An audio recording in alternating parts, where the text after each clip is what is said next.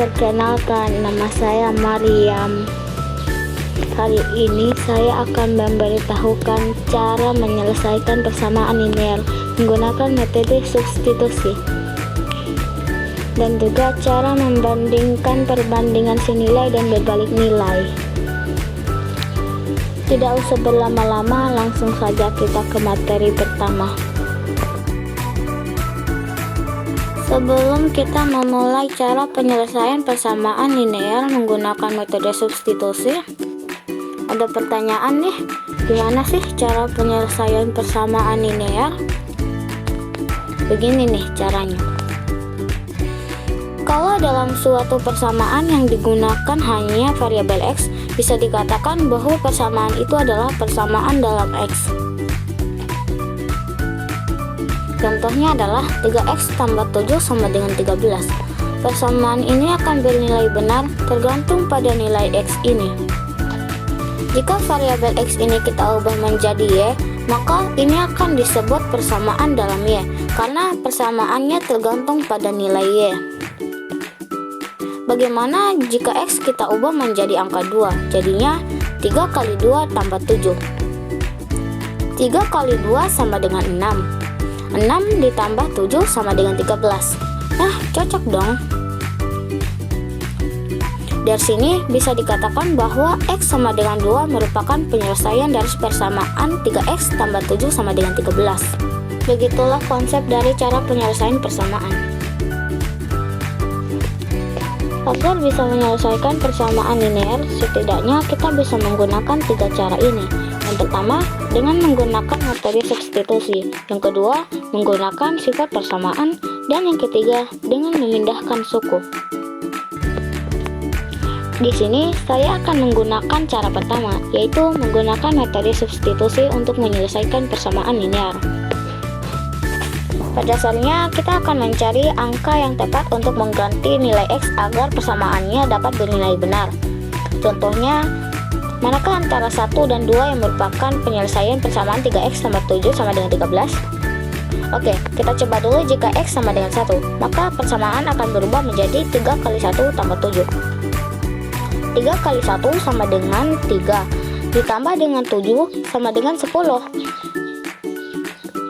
Padahal kita maunya 13, artinya x sama dengan 1 bukan merupakan penyelesaian persamaan ini.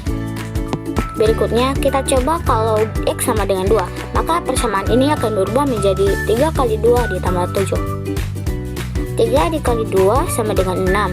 6 ditambah dengan 7 sama dengan 13. Nah, cocok dong. Artinya, x sama dengan 2 ini merupakan penyelesaian persamaannya. Metode ini dapat dikatakan merupakan cara coba-coba, karena kita mencobanya satu persatu agar bisa menemukan jawaban yang tepat. Oke, karena materi tentang cara penyelesaian persamaan linear menggunakan metode substitusi sudah selesai, jadi mari kita pindah ke materi kedua, yaitu perbandingan senilai dan berbalik nilai. Ayo kita mulai dengan menggunakan ilustrasi berikut ini. Pada suatu wahana kolam renang, biasanya petugas akan membersihkan kolam tersebut, lalu kemudian akan mengganti airnya dengan air yang baru. Dari ilustrasi tersebut, ayo kita cari pasangan besaran yang berubah bersamaan seiring dengan pengisian air kolam. Apa itu besaran? Besaran adalah semua hal-hal yang dapat diukur dan dinyatakan dengan angka dan satuan. Besaran-besaran yang terkait dalam proses pengisian air kolam antara lain adalah volume air, waktu yang diperlukan, dan kecepatan pengisian air alias debitnya. Sekarang, ayo kita cek hubungan beberapa besaran berikut. Waktu dan volume air. Idealnya, semakin lama waktu pengisian air kolam, maka volume air di dalam kolam semakin banyak.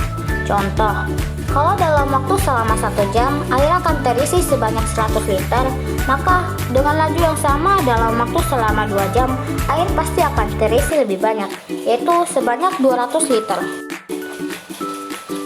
Jadi dapat dikatakan volume air ini berubah secara bersamaan dengan waktu pengisian airnya.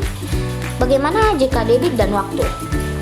Semakin besar debit aliran airnya, artinya makin sedikit waktu yang diperlukan.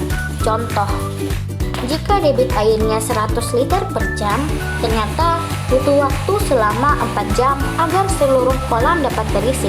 Maka jika debitnya diperbesar 200 liter per jam, pasti waktu yang dibutuhkan akan jadi semakin sedikit, yaitu 2 jam aja.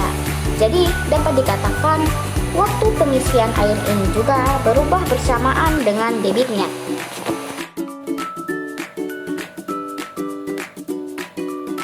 Lalu apa bedanya sih antara yang kiri dan yang kanan ini?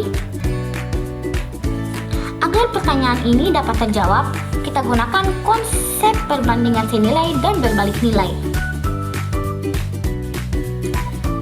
Kita lihat hubungan besaran waktu dan volume. Semakin besar waktunya, volumenya juga makin besar kan? Nah, karena keduanya sama-sama makin besar, kita katakan bahwa besaran ini berbanding senilai.